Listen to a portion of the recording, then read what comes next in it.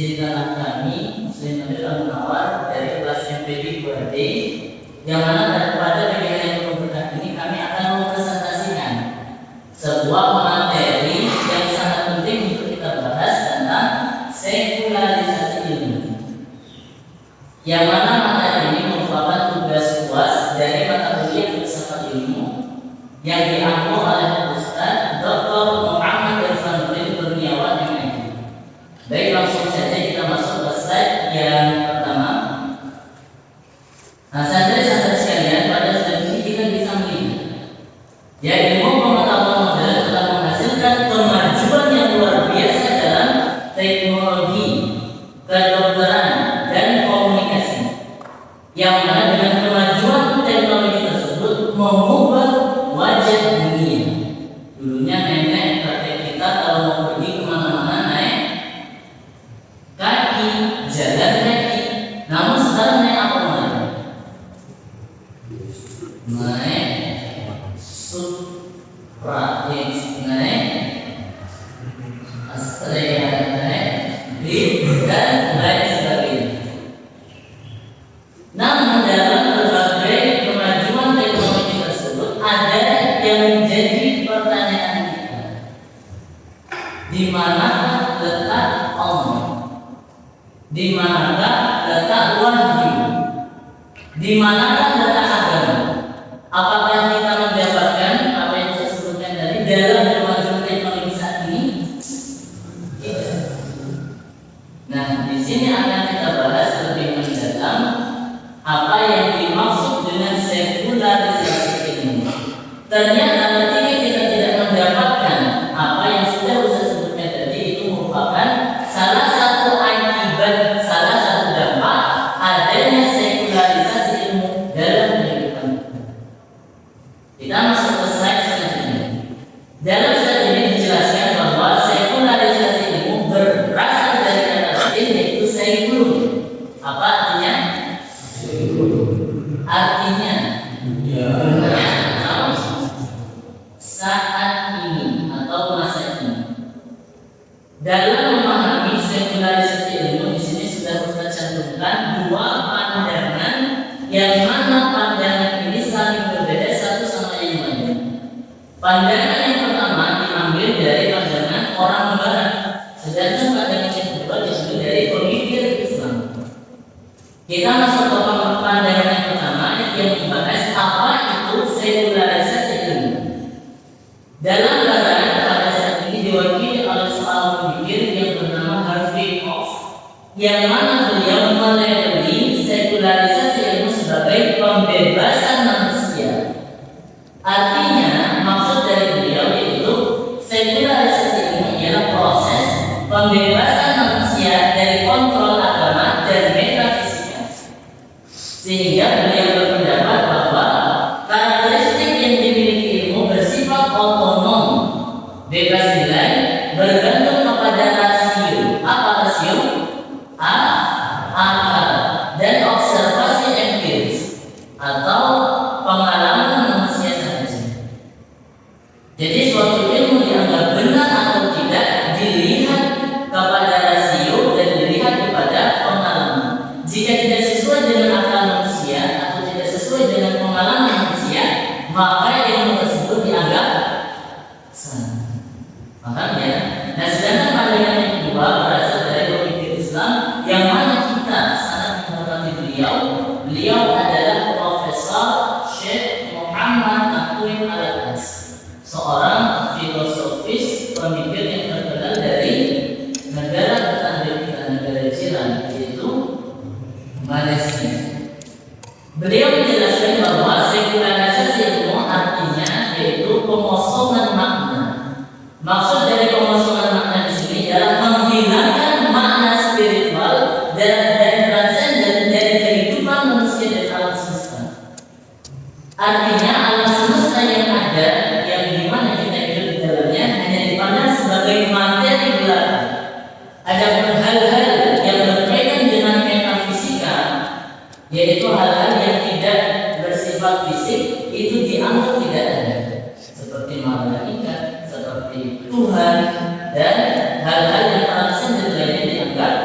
tidak ada. Demikian pengertian sekularisasi ilmu berdasarkan dari dua padanan. Yang pertama versi Barat, kemudian yang kedua versi Islam. Nah, selanjutnya saudara-saudara sekalian, di sini kita akan memahami sekilas tentang bagaimana proses sekularisasi ilmu itu terjadi sampai kita rasakan pada saat ini. Ya, proses sekularisasi ilmu itu tidak terjadi dalam waktu satu malam saja, tidak terjadi dalam 1-2 tahun saja, namun terjadi dalam tempo yang sangat panjang, bertahun-tahun bahkan berabad-abad. Sekularisasi ilmu dimulai dari masa Yunani kuno, di mana pada masa Yunani kuno ada kaum sofis. Pernah mendengar kaum sofis? Belum, karena materi ini ada kalau tidak salah dalam ilmu mantik, yaitu kelas materi di kelas 6. Nanti insyaallah kalian kelas 6 kalian akan belajar juga. Jadi saya jelaskan kenapa dimulai dari kaum sofis, karena pada kaum sofis ada sebuah paham yang mana dengan paham itu menjadikan manusia tidak bergantung lagi kepada hal-hal yang metafisika. Paham tersebut setidaknya ada dua paham. Paham yang pertama yaitu skeptisisme. Skeptis. Apa itu skeptis? Pernah mendengar skeptis atau? Skeptis itu artinya ragu atau bingung. Nah, skeptisisme itu apa? Skeptisisme ialah sebuah golongan, sebuah kelompok yang mana mereka memahami bahwa segala sesuatu yang ada di muka bumi ini itu di dalam keraguan. Artinya kebenaran yang mereka yakini itu tidak betul-betul benar. Pasti ada keraguan di dalamnya. Kemudian paham yang kedua yaitu adanya antropocentrisme, yaitu pemusatan kebenaran kepada manusia. Artinya apa? Artinya ketika segala sesuatu itu tidak sesuai dengan manusia, tidak sesuai dengan kebenaran dari manusia, maka sesuatu itu dianggap salah. Ini yang disebut dengan antropocentrisme, pemusatan kebenaran kepada manusia. Kemudian di era selanjutnya ada era klasik, yaitu era pemikir-pemikir Yunani selanjutnya yang dipelopori oleh Plato dan Aristoteles, yang mana mereka meyakini bahwa ilmu pengetahuan yang benar atau sesuatu hal yang benar didasari oleh dua hal saja. Bisa dilihat di PPT. Apa yang pertama? Rasio. Apa rasio? Akal. Kemudian apa yang kedua? Empiris. Apa empiris? Pengalaman. Jadi hanya dua saja. Ketika orang menganggap bahwa kebenaran digantungkan pada dua hal saja, mereka butuh tidak kepada apa yang namanya agama. Tidak. Mereka butuh tidak apa yang namanya wahyu Tuhan. Tidak. Karena apa? Karena menurut mereka kebenaran atau ilmu pengetahuan yang benar hanya didasarkan pada dua hal saja, rasio dan empiris. Selama ia sejalan dengan rasio dan empiris manusia, maka ia dianggap benar. Jika tidak, maka ia dianggap salah. Kemudian fase selanjutnya yaitu pada abad pertengahan. Pada abad pertengahan disinilah bibit rasionalisme mulai tertanam. Rasionalisme ialah paham yang mana mereka meyakini bahwa rasional adalah puncaknya kebenaran, akal manusia adalah puncaknya kebenaran. Jika sesuatu tidak sesuai dengan akal, maka ia dianggap salah. Kenapa mereka bisa membangun, mendirikan paham ini? Apa landasan mereka? Nah, bisa lihat di sini. Landasan mereka adalah filsafat Yunani kuno yang sudah saya jelaskan sebelumnya. Jadi itu bagaikan apa? Rantai yang dari satu menyebabkan kepada yang kedua, menyebabkan kepada yang ketiga hingga fase kita saat ini. Kemudian pada fase selanjutnya yaitu Renaissance. Renaissance ialah di mana manusia sebenarnya ini terfokus pada orang Eropa saja, tidak semua manusia. Di mana orang-orang Eropa pada masa itu melakukan sebuah kebangkitan dari berbagai keterpurukan sebelumnya. Atau pernah zaman bergelapan, di mana pada zaman itu otoritas pemerintahan dipegang oleh gereja. Berbagai kebijakan harus sesuai dengan gereja. Yang bertentangan dengan gereja maka dia dihukum, bahkan tidak segan-segan dibunuh. Nah, sehingga ketika orang-orang Eropa pada masa itu melakukan kebajikan, mereka melihat pada zaman itu dengan adanya kaitan dengan agama kita mengalami kesusahan, maka untuk kebajikan kali ini kita memisahkan ilmu pengetahuan, kita memisahkan kebajikan kita dengan nilai-nilai agama. Dipisahkanlah pengetahuan dengan agama. Hingga pada zaman selanjutnya itu zaman pencerahan atau zaman enlightenment, di mana pada zaman ini diangkatlah seorang diktator kebenaran tunggal. Dia adalah Descartes dan Kant, yang mana dua tokoh ini dijadikan sebagai fondasi bagi pemikiran zaman pencerahan. Apa pemikiran dua tokoh ini? Pemikirannya adalah membatasi metafisika. Nah, sebelum kita lanjut, bisa jelaskan secara singkat apa itu metafisika. Jadi kita harus paham dulu fisik. Apa itu fisik? Fisik adalah sesuatu yang ada, yang wujud, yang dapat dilihat. Itu masuk ke dalam fisik, seperti atom fisik, kristal fisik, laptop ini bersifat fisik, masjid ini bersifat fisik, layar bersifat fisik. Nah, sedangkan yang kedua yaitu metafisika yang sedang kita bahas. Apa metafisika? Yang itu ada, yang itu wujud namun tidak nampak, tidak bisa kita lihat dengan indera kita. Apa contohnya? Malaikat, kemudian Tuhan kita, kemudian kalau kita berbuat kebaikan maka kita mendapatkan pahala, bisa mendapatkan pahala. Itu masuk ke dalam metafisika. Nah, pemikir Descartes dan Kant, mereka berdua membatasi hal metafisika, yang mana dunia ini terpaut dan terfokus kepada hal yang fisik dan menyingkirkan hal yang tidak fisik. Kalau dalam filsafat, nah ini masuk ke dalam positivisme. Apa? Positivisme. Apa itu positivisme? Positivisme ialah cara pandang yang mana hanya memandang yang fisik, adapun yang tidak fisik tidak diikut sertakan. Baik, selanjutnya di sini akan saya jelaskan secara singkat tokoh-tokoh terkenal yang berperan besar dan ikut andil dalam berkembangnya sekularisasi ini. Yang pertama dalam bidang sosiologi politik ada Karl Marx, yang mana beliau menyebarkan paham bahwa agama sebagai candu rakyat saja, yang mana egoisme membuat manusia pasrah terhadap penindasan terus. Kemudian dalam bidang biologi, itu pasti sudah pernah mendengar siapa beliau? Charles Darwin. Apa yang terkenal dari beliau? Teori evolusi, yaitu apa? Bahwa manusia berasal dari kira ini, betul tidak? Nah, sesuai dengan syariat agama kita tidak? Tidak. Yang mana beliau menjelaskan bahwa asal usul kehidupan murni dari materi tanpa adanya fondasi teologis, tanpa adanya keikutsertaan Tuhan dalam pembentukan alam semesta. Sudah jelas ini merupakan suatu hal yang sama. Yang kedua yaitu Friedrich Nietzsche, yang mana dia dalam bidang filsafat.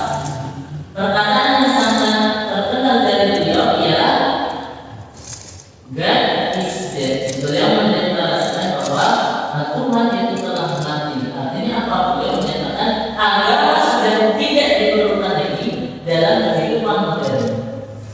Kemudian yang tokoh terkenal selanjutnya dalam bidang sains dan sosiologi yaitu Auguste Comte, yang mana beliau memperkenalkan hukum 3 tahap, yaitu masyarakat berevolusi dari tahap teologis yang awalnya berkeyakinan kepada Tuhan, masuk ke dalam tahap metafisis, berkeyakinan kepada sesuatu yang tidak dapat dilihat atau tidak bersifat fisik, sehingga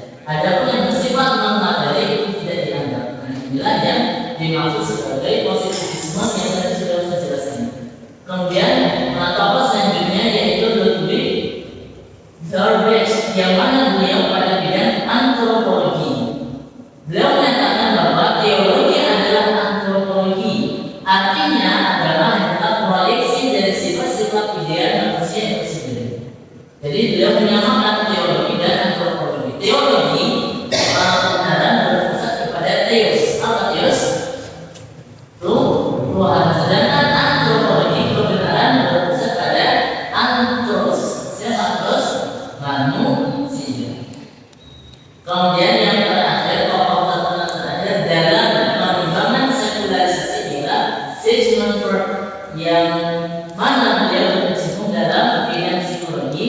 Beliau menjelaskan tentang ilusi psikologis, yang mana agama itu lahir dari kelemahan manusia dan kebutuhan mental manusia akan perasaan. Jadi agama berdasarkan Sigmund Freud bukan berasal dari Tuhan, namun berasal dari manusia itu sendiri. Kemudian slide selanjutnya, di sini kita membahas singkat berbagai macam sekularisasi dalam berbagai ilmu pengetahuan kontemporer. Yang pertama adalah ilmu pengetahuan sosiologi, yang mana pada sosiologi agama direduksi sekadar menjadi fenomena sosial saja, yang mana agama dikaji seperti institusi duniawi lain. Jadi agama tidak dikaji betul-betul berdasar sebagaimana mestinya. Agama berasal dari Tuhan, tujuan dari agama sebagai kemerdekaan manusia itu sendiri, namun ia hanya dianggap sebagai sesuatu yang bersifat material saja. Kemudian dalam psikologi, pengalaman spiritual direduksi menjadi mekanisme kejiwaan dan respon neurobiologis mata. Jadi ketika kita membutuhkan spiritual untuk mendekatkan kita kepada Allah dalam kacamata sekularisme, itu tidak betul ada nyatanya. Namun keagamaan hanya merupakan kebutuhan kita terhadap perasaan, bukan betul-betul karena perintah Allah Subhanahu wa Ta'ala. Kemudian dalam bidang ekonomi dikosongkan dari nilai moral, materialisme dan maksimalisasi profit menjadi satu-satunya rasionalitas. Jadi dalam bidang ekonomi, puncak dari ekonomi ialah bagaimana kita mendapatkan profit setinggi-tingginya tanpa memerlukan moral untuk mencapainya. Padahal dalam agama Islam yang terpenting ialah bagaimana cara kita mendapatkan profit itu tadi, bukan yang penting profitnya. Kemudian dalam bidang pendidikan terjadinya dikotomi fatal, yaitu pemisahan ekstrim antara ilmu agama dan ilmu umum. Alhamdulillah kita belajar di pondok yang mana ilmu umum dan ilmu agama beriringan 100% diajarkan. Ilmu agama 100% diajarkan, ilmu umum juga 100% diajarkan. Sehingga ilmu pengetahuan modern menjadi netral dari agama dan terputus total dari tujuan spiritual manusia. Ini merupakan dampak yang paling besar dari sekularisasi. Kemudian selanjutnya di sini akan saya jelaskan dampak-dampak dari sekularisasi, baik dampak positif maupun dampak negatif. Yang untuk dampak yang positif dari sekularisasi ialah berkembangnya metode ilmiah secara besar. Kemudian yang kedua, meningkatnya inovasi teknologi dan kebebasan penelitian. Dan yang ketiga, kemajuan luar biasa dalam bidang kesehatan medis maupun komunikasi. Namun di balik berbagai kemajuan positif yang kita rasakan, ada dampak negatif yang lebih besar dan menghantui kita semua. Yang pertama adalah relativisme moral dan individualisme ekstrim. Orang-orang sudah tidak memikirkan, tidak mementingkan moral lagi. Orang-orang bersikap individual ketika bermasyarakat. Kemudian yang kedua, materialisme yang terus makna hidup sejati. Jadi orang ketika dia sudah terpapar dengan konsep sekularisasi ilmu, maka pikirannya hanya material dan material. Yang dikejar ialah material. Kemudian pemisahan fatal antara ilmu dari tanggung jawab spiritual. Jadi pemisahan antara ilmu agama dari tanggung jawab spiritual. Orang yang memahami ilmu agama sebagai kewajiban dari Allah untuk umat manusia sebagai khalifah di muka bumi ini, maka dia akan memiliki tanggung jawab. Dengan ilmu ini, saya harus bisa menjadi khalifah yang baik di muka bumi ini. Namun, ketika sekularisasi ilmu sudah menjadi fondasi bagi dirinya, maka dia akan kehilangan tanggung jawab dari ilmu tersebut. Sehingga sekularisasi memberikan kita cara hidup yang lebih lama dan lebih nyaman, namun gagal memberikan jawaban yang sangat penting. Untuk apa kita hidup? Karena tujuan kita hidup sudah dapat kita pastikan, kita ambil dari nilai agama. Namun kalau agama sudah dipisahkan, gimana kita menjawab untuk apa kita hidup? Oke, selanjutnya yaitu tentang diagnosis loss of order, yang mana ini merupakan dampak yang paling besar dari sekularisasi ilmu. Yang mana konsep loss of order ini dirumuskan oleh Profesor Syekh Muhammad Naqib Al-Atas, yang mana definisi menurut beliau bukan hanya sekadar hilangnya sopan santun saja, melainkan hilangnya kapasitas akal, kapasitas roh dan jasmani untuk meletakkan sesuatu pada tempatnya yang hakiki sesuai dengan pandangan Islam. Ketika orang berbicara dengan perkataan yang kotor, apakah itu sesuai dengan karakter Islam? Tidak. Ketika orang berbohong sesuai dengan karakter Islam? Tidak. Mencuri sesuai dengan karakter Islam? Tidak.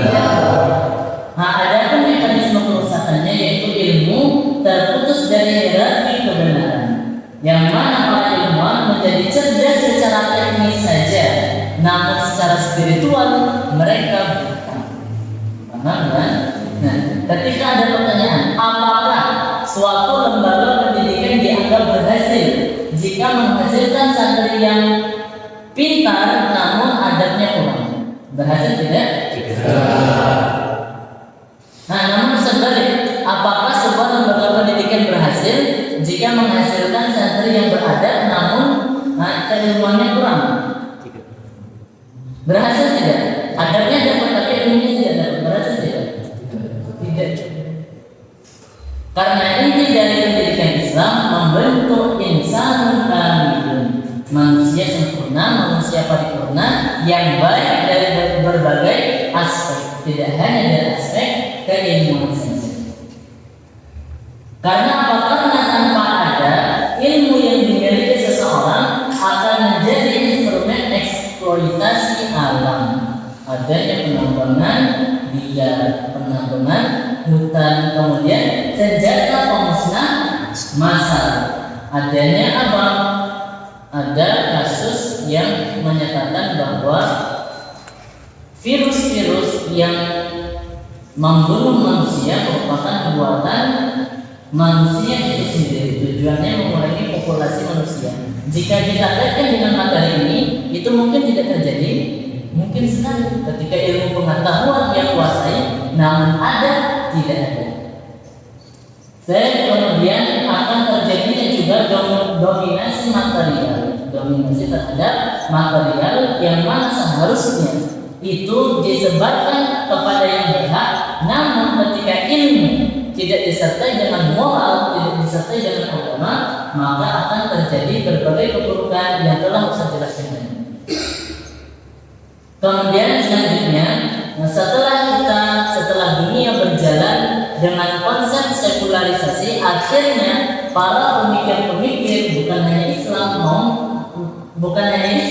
tapi bahkan para pemikir Barat akhirnya sadar bahwa tidak sepenuhnya konsep sekularisasi ilmu itu benar. Akhirnya mereka menyadari bahwa dengan adanya sekularisasi ilmu itu akan menyebabkan kepada kehancuran bagi manusia itu sendiri. Tokoh sosiologi yang terkenal yang terkemuka yang saya cantumkan di sini yaitu Peter Berger, yang mana tokoh ini merevisi teorinya sendiri. Beliau mengakui bahwa dunia saat ini ternyata tidak sekuler, melainkan sama religiusnya dengan masa lalu. Artinya apa? Beliau awalnya mendukung sekularisasi ilmu, mendukung sekularisme, namun setelah berjalan dengan konsep yang ia buat sendiri, ia bahwa apa yang sudah ia konsepkan di awal merupakan sesuatu yang tidak benar dan menghasilkan berbagai kerusakan, sehingga beliau memberikan konsep yang baru, memberikan konsep yang mana konsep yang baru ini mereduksi konsep beliau yang pertama. Kemudian bukti-bukti empiris historis mengenai sekularisasi ilmu ialah yang pertama, adanya kebangkitan intelektual dan keagamaan Islam. Ketika orang sudah mulai sadar dampak negatif dari sekularisasi ilmu, mereka akan mencari jalan bagaimana saya bisa terus berkembang dan itu sesuai dengan fitrah saya. Salah satu caranya yaitu dengan embracing Islam, yaitu memeluk agama Islam. Kemudian contoh atau bukti yang kedua ialah masifnya perkembangan gerakan religius di Amerika Serikat. Kemudian yang ketiga, adanya pergagalan positivistik yang dalam menjawab dahaga spiritual manusia modern. Jadi dengan berbagai bukti yang ada ini, manusia mulai sadar bahwa mereka akhirnya akan butuh kepada nilai-nilai spiritual. Akhirnya akan butuh kepada nilai-nilai agama. Kemudian solusi dari sekularisasi ilmu ialah Islamisasi ilmu, yang mana konsep ini digaungkan oleh seorang pemikir Muslim terkenal yang sudah kita bahas dari awal tadi. Beliau adalah Profesor Syekh Muhammad Naqwi Al-Abbas. Maksud dari Islamisasi ilmu ini ialah proses membebaskan ilmu dari unsur-unsur sekuler barat yang bertentangan dengan pandangan hidup Islam, lalu mengembalikannya pada fondasi asal, bukan menolak sains modern secara buta. Jadi kita tetap bertahan terhadap, kita tetap memegang metode integratif yang menyatukan secara harmonis antara fungsi akal, indera, dan wahyu.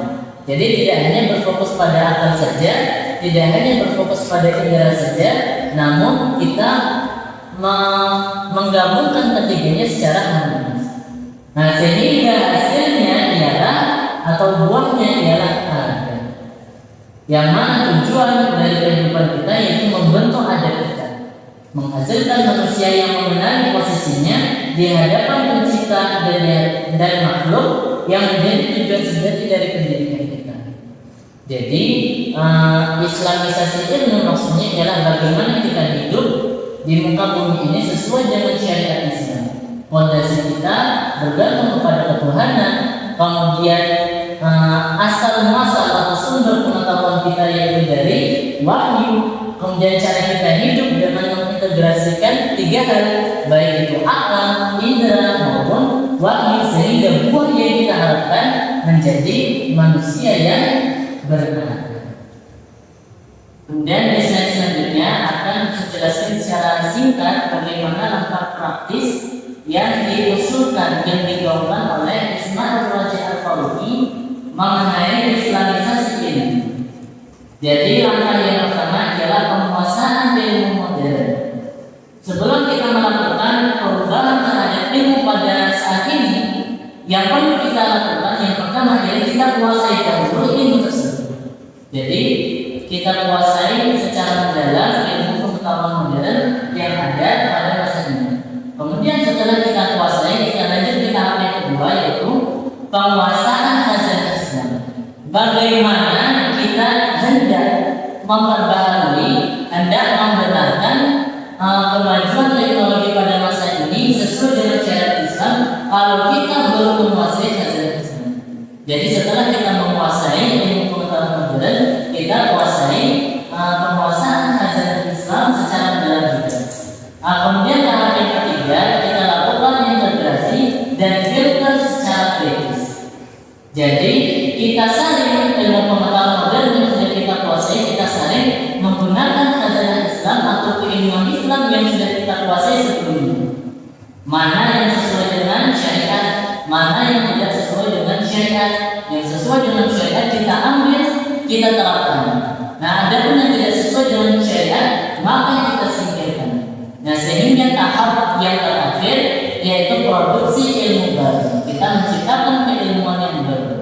Jadi keilmuan yang sudah sesuai dengan syariat kita kumpulkan jadi satu, kita bentuk keilmuan yang baru, ilmu yang sudah terislamisasikan, bukan ilmu yang tersekularisasi. Kemudian selanjutnya di sini akan saya jelaskan secara singkat jelaskan, yaitu apa tujuan dari pendidikan Islam yang benar. Jadi tujuan dari lembaga pendidikan ialah bukan membentuk santri yang pintar secara intelektual saja, bukan membentuk santri yang pandai dalam bekerja saja, namun lebih daripada itu, membentuk insan kamilun. Membentuk apa? Membentuk insan kamilun. Maksud dari insan kamilun di sini tertera setidaknya ada 4 aspek yang harus ia kuasai. Yang pertama yaitu baik secara intelektual. Maksudnya ialah menguasai sains modern secara mutakhir. Kemudian yang kedua, memiliki spiritual yang kuat, berakar pada tauhid yang benar, bukan pada pemikiran agama yang sama. Kemudian yang ketiga, bersifat kritis. Maksudnya yaitu mampu mendeteksi dan mengkritisi asumsi-asumsi sekuler yang menyusup dalam teori ilmu. Adapun yang keempat, pastinya yang paling penting ialah memiliki moral yang mulia, yaitu memiliki adab yang benar, baik ada kepada dirinya sendiri, ada kepada ilmu, ada kepada sesama manusia, ada kepada alam, dan yang terpenting ada kepada Tuhan. Nah, sehingga seseorang itu telah berhasil dalam mendidik, atau sebuah lembaga pendidikan dikatakan berhasil dalam mendidik ketika ia berhasil melahirkan santri atau melahirkan manusia yang bersifat insan kamil, atau manusia yang paling benar, yang baik dalam segala sisi, bukan hanya intelektual saja, bukan hanya kritisi dalam berpikir saja, namun dalam segala hal. Baik, saudara-saudara sekalian, sekarang kesimpulan dari materi yang kami sampaikan pada hari ini adalah sekularisasi ilmu telah berpengaruh dalam kehidupan kita, yang mana dia memisahkan antara keilmuan modern dengan agama, sehingga dampaknya sangat tidak baik bagi kehidupan manusia. Nah, adapun yang harus kita lakukan adalah desekularisasi ilmu. Dengan cara apa? Dengan melakukan islamisasi ilmu. Bagaimana caranya? Sebagaimana yang sudah saya jelaskan di awal tadi. Yang pertama, kita kuasai dahulu ilmu pengetahuan modern. Kemudian yang kedua, kita kuasai ilmu pengetahuan Islam. Kemudian yang ketiga, kita lakukan filtrasi mana yang sesuai syariat, mana yang tidak sesuai syariat. Kemudian yang keempat, kita munculkan keilmuan yang baru yang sesuai dengan syariat kita.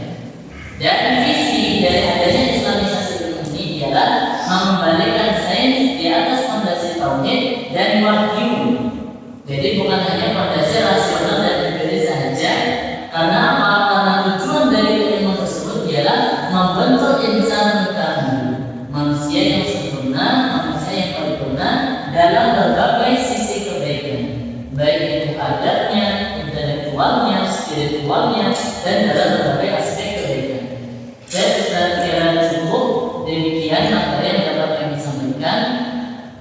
Untuk selanjutnya sesi tanya jawab. Di sini kami memberikan kesempatan buat santri yang ingin bertanya, kami persilakan.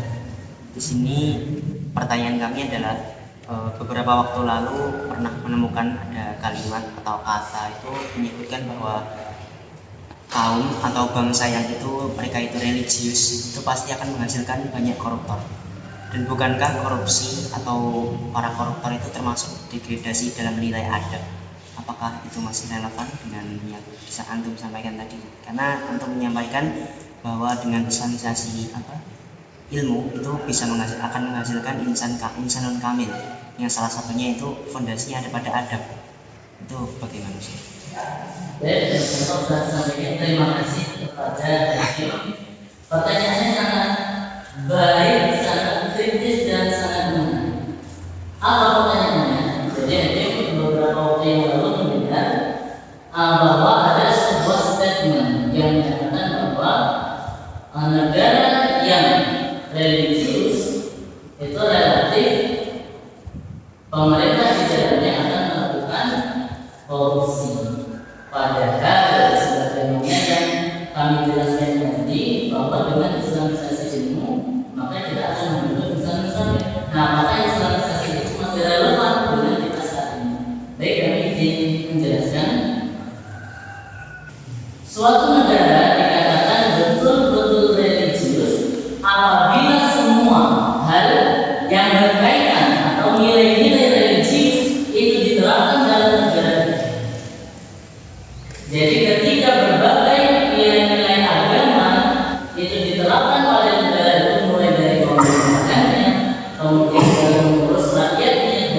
administrasinya, dalam tata kelola negaranya, berbagai aspek kenegaraan sesuai dengan nilai agama, maka dikatakan negara yang religius.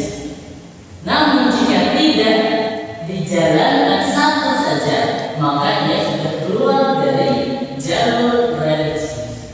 Sehingga kita tidak bisa mengatakan orang tersebut bersifat religius namun korupsi tidak bisa. Ketika dia tidak sesuai dengan konsep religius itu sendiri, maka dia bukanlah orang yang religius. Paham ya? Nah, sehingga hal ini sangat relevan apa yang kami sampaikan tadi.